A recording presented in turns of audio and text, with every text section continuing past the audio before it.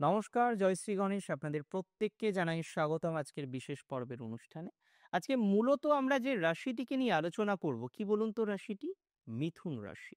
মিথুন রাশির জাতক জাতিকাদের বর্তমান পরিস্থিতি, তাদের এডুকেশনাল লাইফ, কেমন তাদের সাধারণত এডুকেশনাল জীবনযাপন হয়, কতটা শিক্ষায় তারা আদতেও শিক্ষিত হতে পারে, সমস্ত বিষয় নিয়ে আজকে আমরা পর্যালোচনা করব, আজকে আমরা আলোচনা করার চেষ্টা করব। দেখুন, প্রথমেই আপনাদের একটা কথা আমি জানাতে চাই। এডুকেশন ফোর্থ হাউস থেকে দেখা হয়, এটা ঠিক। চতুর্থ ভাব, এডুকেশন, প্রাথমিক এডুকেশন, শিক্ষাক্ষেত্র। তবে চতুর্থ ছাড়াও দ্বিতীয় এবং নবম, নবম মোস্ট ইম্পর্টেন্ট, অ্যান্ড সেকেন্ডকেও কিন্তু গুরুত্ব দিতে হবে। কারণ একটা শিশু জন্মগ্রহণ করার পর তার প্রাথমিক এডুকেশনটা সে তার পরিবার থেকে পায়। চ্যারিটি বিগিনস অ্যাট হোমের মতো। তার প্রাথমিক এডুকেশনটা তার মা, তার বাবা, তার গুরুজন, তার প্যারেন্টস, তার ফ্যামিলি থেকে তার জীবনচক্রে আসে। আমি একটা বিষয় নিয়ে খুব স্পষ্ট মতামত আপনাদের কাছে রাখতে চাই। সেটি হলো, রাশি মিথুনের ক্ষেত্রে প্রাথমিক এডুকেশন, হোম এডুকেশন ম্যাক্সিমাম ক্ষেত্রেই আমরা দেখেছি ভালো। তবে কিছু কিছু ক্ষেত্রে তার প্যারেন্টসের কিছু সমস্যা, প্যারেন্টসের মধ্যবর্তী সমস্যা, ফ্যামিলির কিছু সমস্যা তার প্রাথমিক জীবনের ভাবনা চিন্তাকে পরিবর্তিত করে দেয়। একটা শিশু ছোট থেকে বড় হবে সঠিক শিক্ষা নিয়ে, এটা প্রাথমিক একটা লক্ষ্য আমাদের প্রত্যেকের হওয়া উচিত।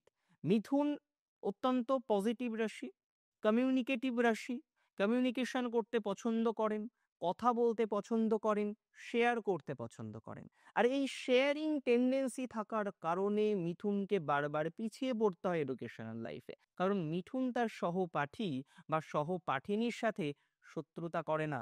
তার নোট, তার পত্র, তার এডুকেশনাল ভ্যালুস, তার মনে হচ্ছে এই বিষয়গুলো, সেগুলোও তার বন্ধুর সাথে, তার সহপাঠীর সাথে ইজিলি কিন্তু শেয়ার করতে পারে। এই টেন্ডেন্সি আমরা মিথুন রাশির জাতক জাতিকাদের মধ্যে লক্ষ্য করতে পারি। মিথুনের চতুর্থ ভাব হচ্ছে কন্যা রাশিকে রিপ্রেজেন্ট করে, এবং এখানে চন্দ্র, রবি, বুধ এবং মঙ্গলের প্রভাব অতিরিক্ত মাত্রায় আমরা দেখি। মাঝে মাঝে মিথুন কি করে শোনেন, মিথুন যেটা করে সেটি হলো অতিরিক্ত তাড়াহুড়ো করে ফেলে। না, এখনই মুখস্থ করে ফেলবো, এখনই পড়ে ফেলবো, এখনই বুঝে যাব। কিন্তু কনসেন্ট্রেশন করার ক্ষেত্রে মিথুনের আমরা প্রচুর ডিস্টারবেন্স দেখি। অত্যন্ত শিক্ষিত হওয়ার দিকে এরা এগিয়ে যায়, এবং এরা না প্রচুর দক্ষ।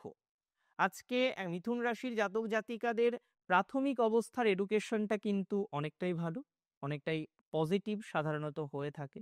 প্রাথমিক এডুকেশনগুলো ঠিকঠাকভাবেই মিথুন এগিয়ে নিয়ে যায়, এবং হোম যে সাপোর্ট থাকে সেটা কিছু কিছু ক্ষেত্রে তো ডেফিনেটলি মিথুন পায়। তবে হ্যাঁ, নিজের একটা আগ্রহ থাকে, পড়তে হবে, পড়াশোনা করতে হবে, এবং এদের না ক্যাচিং পাওয়ারটা না অসম্ভব ভালো। আর আপনি দেখবেন, আপনি যে কোনো মিথুন রাশি, হয়তো মাধ্যমিক পাস, আগেকার দিনের কথা বলছি, তার সাথেও আপনি পারবেন না তর্কে। তার যা নলেজ, এবং সে এত বিষয় সম্পর্কে দক্ষ না, আপনার নলেজকে কোথাও যেন ছাপিয়ে যেতে পারে অন্য রাশি যদি আপনার হয়। মিথুন বেসিক্যালি কনসেন্ট্রেশন যদি একটু বাড়াতে পারে, যে আরো কনসেন্ট্রেশন হচ্ছে, আরো স্থির চিত্তে পড়ছি, এই জায়গাগুলো যদি মিথুন আরো বেশি তৈরি করতে পারে, তাহলে মিথুনের পক্ষে খুব সহজ হয়, বিষয়গুলো খুব সহজ হয়, বা সুযোগগুলো অনেক বেশি বৃদ্ধিপ্রাপ্ত হতে পারে বলে আমি মনে করি। মিথুন রাশির জাতক জাতিকাদের এই বিষয়বস্তুগুলো অত্যন্ত গুরুত্বপূর্ণ। মিথুনের কোথাও যেন গিয়ে মানসিক সাপোর্টটা দরকার। এডুকেশনের ক্ষেত্রে কি হয়, প্র্যাকটিক্যাল আমি বলি, মিথুন রাশির ক্ষেত্রে মিথুন পড়াশোনা করছেন, এডুকেশন অ্যাচিভ করার চেষ্টা করছে, কিন্তু হঠাৎ করেই সার্টেন একটা প্রবলেম চলে আসলো। পড়াশোনার ক্ষেত্রে সেটা একটা ডিস্টারবেন্স পেয়ে গেল, পারিবারিক জীবনের একটা বাধা চলে আসলো, এবং অনেক ক্ষেত্রেই আমি দেখেছি, যদিও বলতে খারাপ লাগে, যে মিথুনের পড়াশোনা থেমে যায় তার পরিবারের কারণে। That's very true. অনেক মিথুন রাশির জাতক জাতিকাদের দেখবেন পারিবারিক লাইবিলিটিস চলে আসে, অল্প বয়সে আর্নিং করার একটা টেন্ডেন্সি তৈরি করতে হয়, পরিবারকে সাপোর্ট করার জন্য, পিতাকে সাপোর্ট করার জন্য, মাতাকে সাপোর্ট করার জন্য। এই বিষয়বস্তুগুলিতে মিথুনের প্রভূত পরিমাণে পজিটিভ ফলাফল ইউজুয়ালি প্রাথমিক জীবনে আসে না। সময় লাগে মিথুনের পড়াশোনায় ডেভেলপ করতে, বাট তারা পড়াশোনায় ভালো, তারা মেধাবী, প্রকৃত মেধাবী বলে যদি কিছু থাকে অবশ্যই মিথুনকে সেই দিকে ফেলা চাই।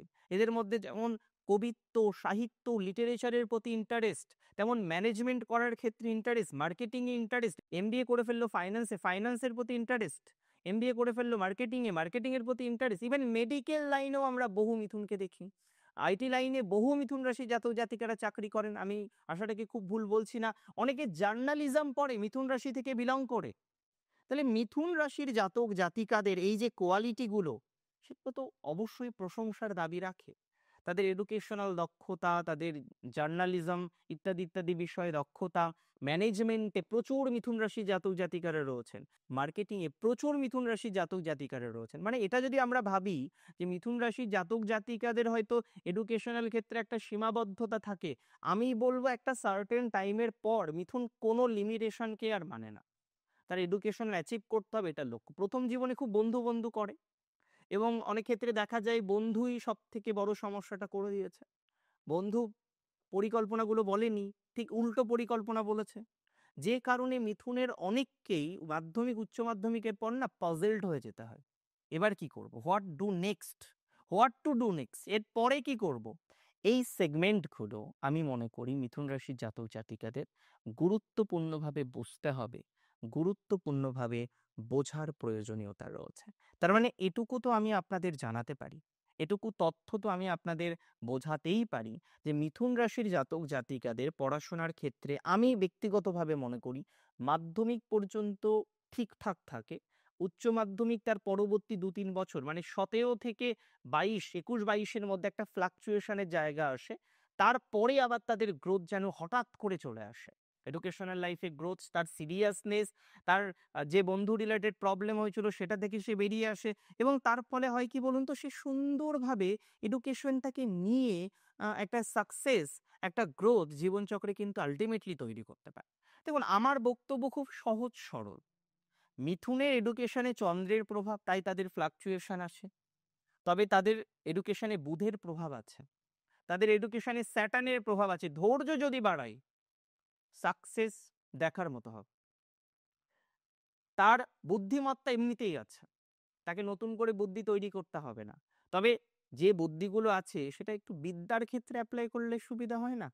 তাহলে বিদ্যার ক্ষেত্রে সঠিক বুদ্ধির অ্যাপ্লাই করতে হবে, তাহলে মিথুনের পজিটিভিটির মাত্রাটা ক্রমশ বর্ধিত হবে, আরো বৃদ্ধিপ্রাপ্ত হবে বলে আমি অন্ততপক্ষে মনে করি। দেখুন ২০২৫-এর কথা একটু না বললে কেমন লাগে, তাই না? ২০২৫-এ মিথুনের এডুকেশনাল লাইফটা চলছে। অনেক ক্ষেত্রেই কম্পিটিশন, কম্পিটিটিভ এক্সামিনেশনের চেষ্টা করছেন, একটা জায়গায় থেমে আছেন, বুঝতে পারছেন না কি করবেন, কারণ বিগত বছর এক্সপিরিয়েন্স ভালো নয়। এই বছরে কি হবে সেটা তো একটা অবশ্যই আপনার প্রিপারেশনের উপর ডিপেন্ড করবে, অবশ্যই আপনার এই ১-২ বছরের পড়াশোনার উপরেও ডিপেন্ড করবে।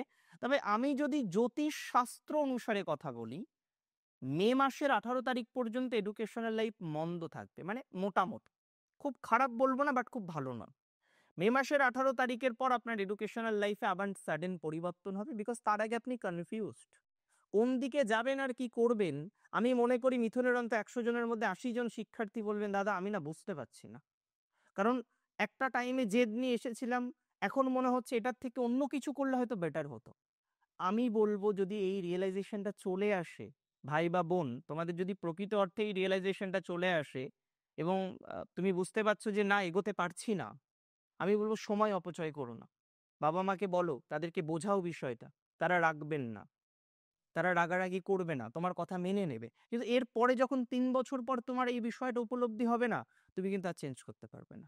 মানে তখন দেখবে আর রাস্তা নেই, you don't have any route to go, to move.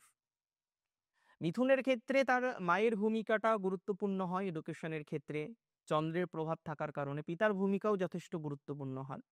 তবে বর্তমান সময়ে ২০২৫-এর কথা যদি বলি, সেকেন্ড হাফটা অত্যন্ত ভালো।